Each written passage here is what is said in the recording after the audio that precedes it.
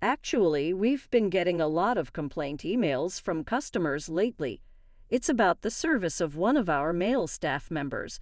Do you have any idea who it could be? I think it's Will. We've had several customers mention his poor attitude.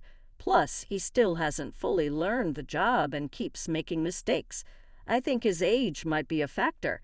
I see. I'm sorry, but we can't keep employing someone like that. We'll have to let him go.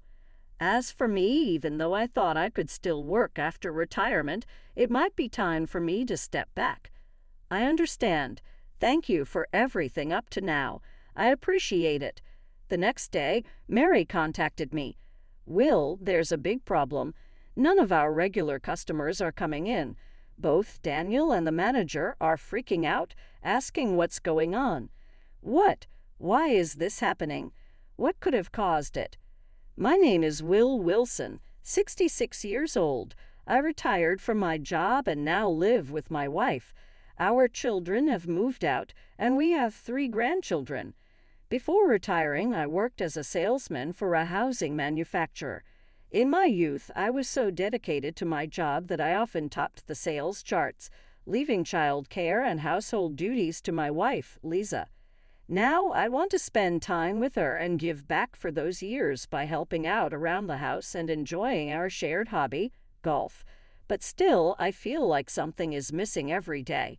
After dedicating decades of my life to work, the thought of not having a job anymore made me want to keep working. One day I confessed this to my wife. She immediately agreed with my desire to work. That's great. Why don't you give it another try? I love seeing you work hard, Will, she said with a smile. Thank you. All right, I'll give it another shot. From that day on, I started looking for a job. I was worried if anyone would hire me at this age, if I could still handle a job. But I soon found a place that was willing to hire me. It's a small cafe with 2 locations. They take pride in making coffee with a siphon, and it's well regarded. The cakes are popular too, and my wife is a fan of the place.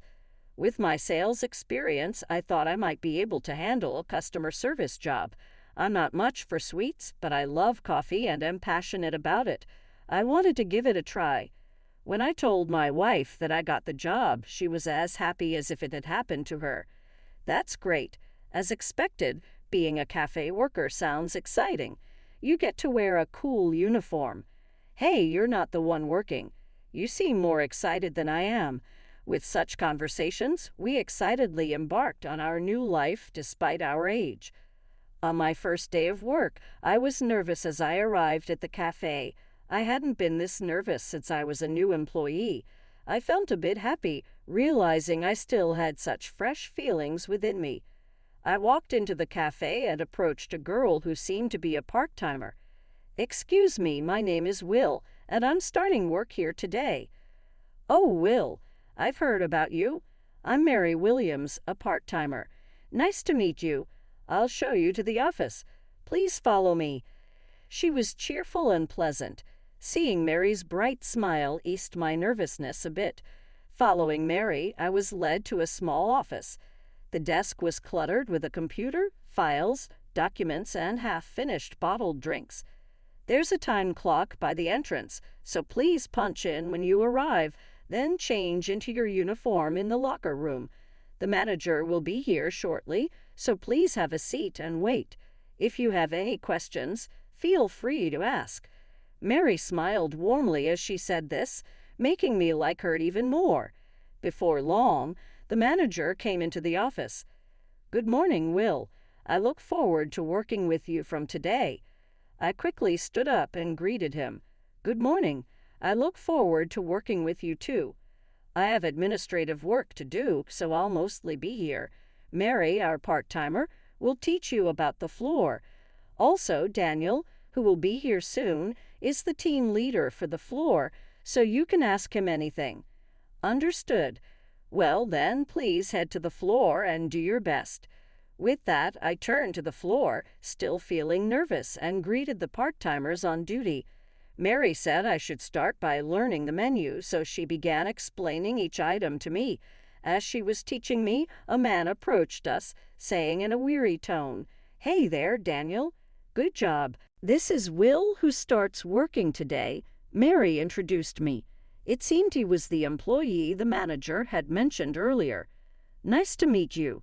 I'm Will. I look forward to working with you. Daniel immediately made a puzzled face upon seeing me. Hi, what? You hired an old man like this? How is an old guy like him supposed to be useful? Give me a break. I was stunned by his first words, completely ignoring my greeting. How rude. Oh, come on. He's just learning the menu right now. He'll be fine once he gets the hang of it. Mary cheerfully deflected. Her kindness was a great relief to me. I'll do my best to learn the job, so please bear with me. I smiled again. You'll probably just forget everything anyway. Don't cause us any trouble. This isn't a retirement home. With that, Daniel disappeared into the office. Please don't mind him. Daniel can be quite sarcastic sometimes, Mary said with an awkward smile. I see. Let's do our best together. Thank you, Mary. After learning about the menu for a while, I received a lecture on how to make coffee using a siphon. This was quite challenging, and no matter how many times I tried, I couldn't get the hang of it and make good coffee. However, it's the signature item here, and I need to master it. Sensing my anxiety, Mary reassured me. It's okay, everyone makes mistakes at first. Thank you, I guess I need a lot of practice, I responded with a wry smile. Just then, Daniel approached with a sneer. Hey, old man, how bad are you at this? We need you to learn quickly. There's no time for practice. Okay, but I also made a lot of mistakes at first.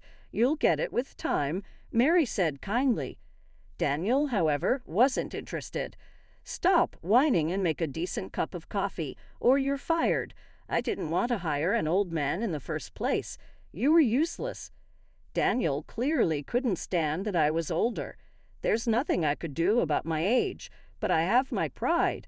I wouldn't let a young punk like him make a fool of me. I resolved to learn the job as quickly as possible and prove him wrong. With that determination, I was motivated to succeed. While I was practicing, the manager called me into the office. We'll take lunch breaks in shifts.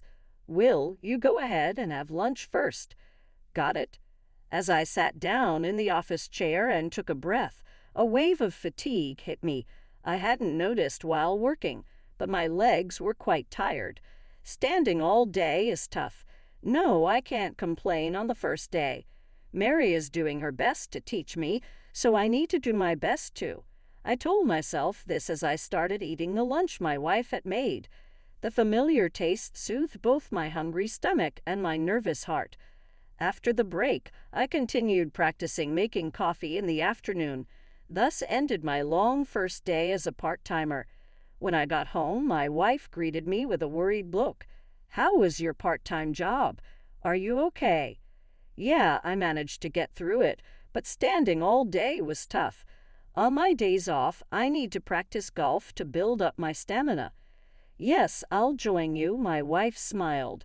3 months have passed since I started the part-time job, and I have gotten used to the work. I can now make coffee well enough to serve to customers. Most of our customers are regulars, and I've started to remember their faces, names, and usual orders. Many regulars sit at the counter, and while making coffee with the siphon, I often chat with them. Having worked in sales, I felt confident in my ability to communicate with customers. We get a variety of customers, from seniors to office workers, homemakers, and students during lunch. Talking with customers is one of the most enjoyable parts of the job. The customers have started calling me Will or Old Will affectionately and even share their concerns with me. One day, I was in charge of a new customer's table and accidentally brought the wrong order. Excuse me, but this isn't what I ordered.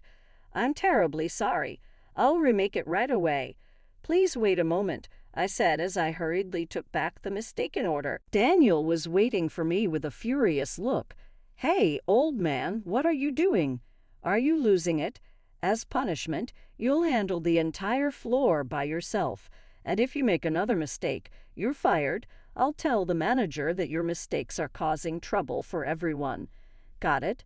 That day, it happened to be just Daniel and me on shift, as all the other part-timers were off. True to his word, Daniel spent the whole time hiding in a corner, playing on his phone, and not working. He'd only pretended to work when the manager occasionally came onto the floor. I was furious. Everyone makes a mistake now and then. Why did I have to be treated like this? Determined not to make any more mistakes, I worked diligently and courteously with the customers. I managed to get through the day without any errors. At closing time, I went to talk to Daniel. I finished everything without any issues. May I leave for the day? I'll let you off this time, but there won't be a next time, Daniel replied smugly. Who does he think he is, acting all high and mighty when he's not even the manager? I grumbled to myself as I headed home. From then on, whenever it was just the two of us, Daniel would find excuses to shirk his duties and push all the work onto me. You should be grateful to be allowed to work at your age. If you don't stay active, your mind will get dull. That's why I'm giving you work. You should be thanking me. Even though the cafe had few seats and was relatively quiet, handling the lunch rush alone was tough. Being burdened with work, constantly insulted, and feeling both physically and mentally exhausted from stress, my days grew increasingly difficult. I thought about talking to the manager, but my pride wouldn't let me admit defeat to a younger employee. Will, you seem really tired lately. You don't have much of an appetite. Are you pushing yourself too hard at a part-time job? Don't overdo it. Your health is more important, my wife said one evening. I'm fine, don't worry, I replied, trying to act as cheerful as possible. I didn't want her to worry. One morning, as soon as I arrived at work, the manager called me over. Will, Daniel, I need to talk to you both. Yes, what is it? Recently, we've been receiving a lot of complaint emails from customers. It's about the service of one of our male staff members. Do you have any idea who it could be? Before I could say anything, Daniel spoke up. I think it's Will. I've heard several customers complain about his attitude. I couldn't believe my ears. This was the first time I had heard of such a thing. On top of that, he still hasn't learned the job and keeps making mistakes. We've given him repeated warnings and instructions, but there's no improvement. I think his age is a significant factor. I couldn't believe what Daniel was saying. Every day at the counter, I enjoyed conversations with regulars and tried to be polite to all other customers. Why was this happening? The only time I made a mistake was that one incident.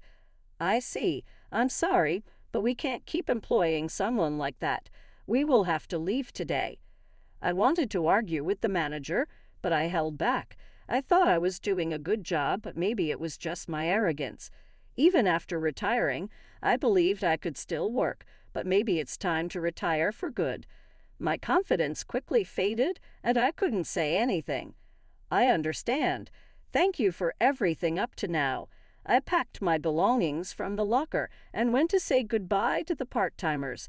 After finishing the necessary tasks, I punched my time card for the last time and left the cafe.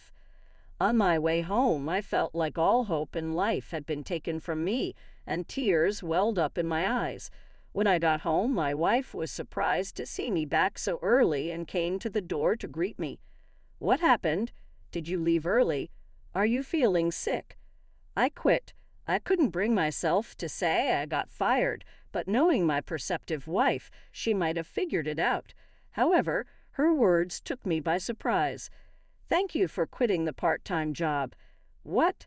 I was so worried about how exhausted you look lately. I didn't want you to work so hard anymore. Let's take it easy and enjoy our time together from now on.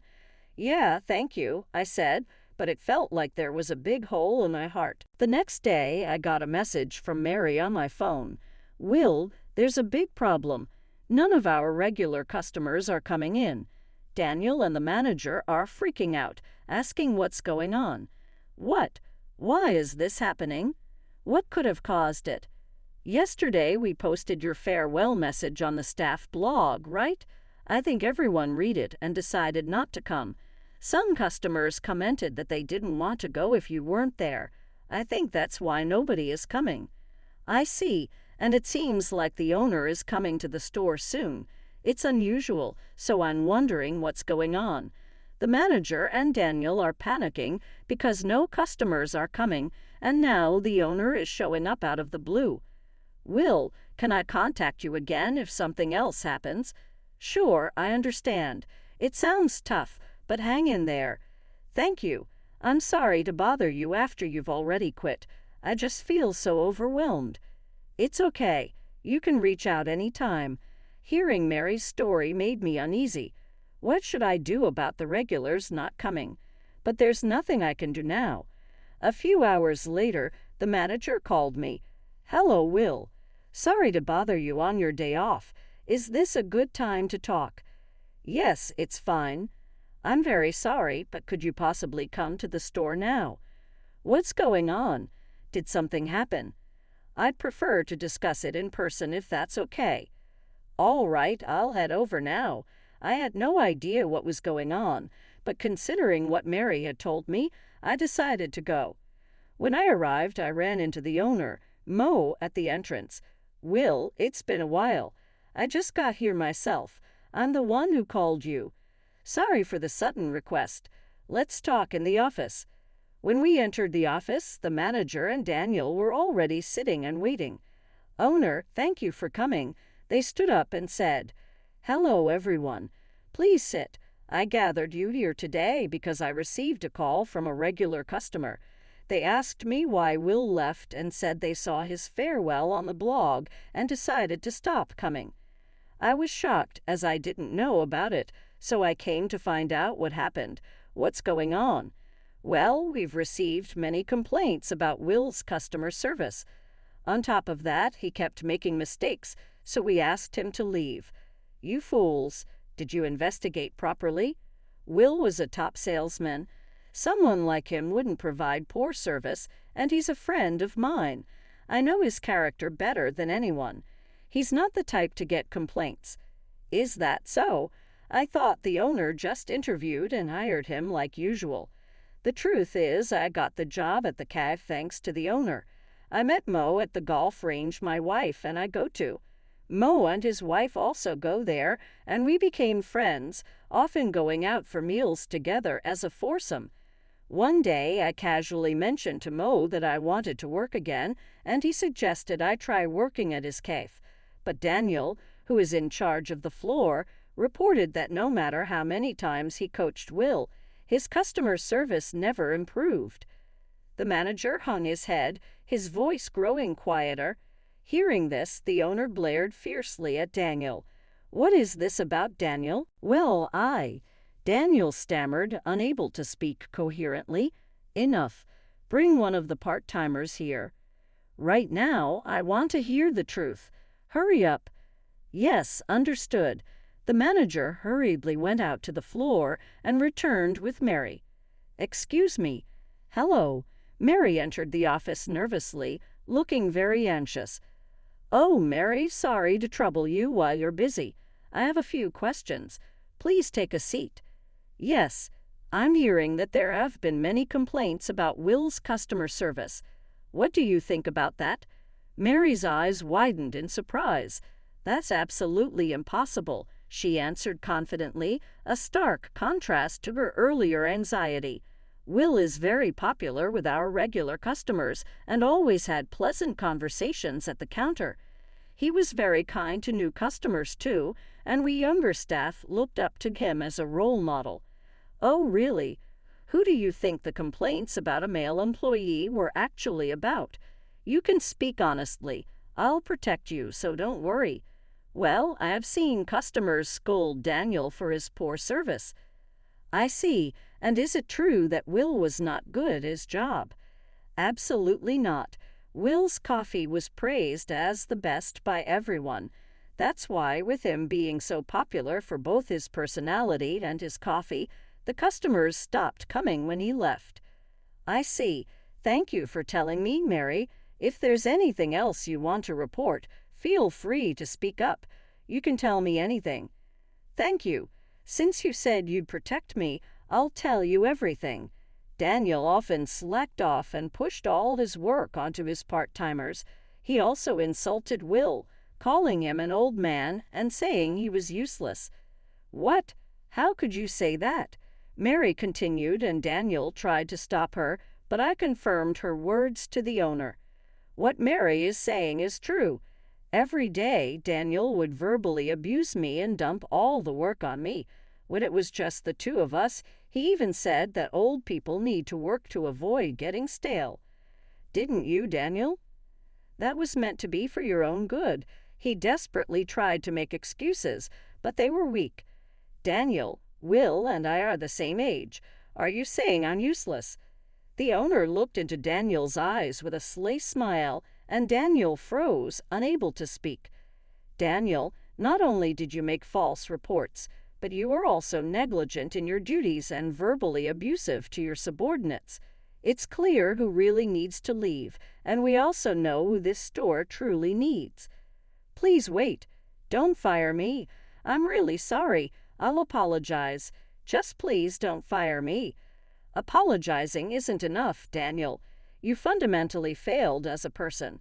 You lack respect for your elders, you don't value customers, and you have no sense of teamwork with your colleagues. We don't need someone like that in our store. No matter what excuses you make, you're fired. And as for you, manager, you're also responsible. You need to supervise the workplace more closely from now on. Yes, I'm terribly sorry. The manager apologized deeply. Next to him, Daniel looked dejected and close to tears. Now, Will, I have a favor to ask. Could you come back to the store starting tomorrow? We need you here. Mary, the other employees, and most importantly, the customers are all waiting for your return. Please, I really want to work with you again. Thank you. I appreciate it. I'd be happy to come back. Hearing my words, Mary beamed with joy. After the meeting, I posted on the staff blog about my return to the store and then headed home. When I got to work, my manager asked me to become a leader. Could you teach the younger staff your customer service techniques and how to make coffee? Of course, I'd be happy to help. As I stood at the counter as usual, familiar faces started coming in one after another. You came back. Please don't quit again. I come here just to drink your coffee, Will. That's right. I come here every day just to have silly chats with you, Will. I rely on you for work advice, Will. I'd be lost without you. Everyone was talking at once, and the counter was filled with laughter. After I got home, I told my wife about the warm welcome from the customers and my promotion to part-time leader. Will, you really are a workaholic, but seeing you so happy at work makes me happy too. I'll keep cheering you on. Just take care of yourself and do your best. Hearing that makes me happy too. Thank you. At one point, I had almost given up hope in life, but now I realize there are people who need me. I want to meet their expectations and keep seeing the smiles of my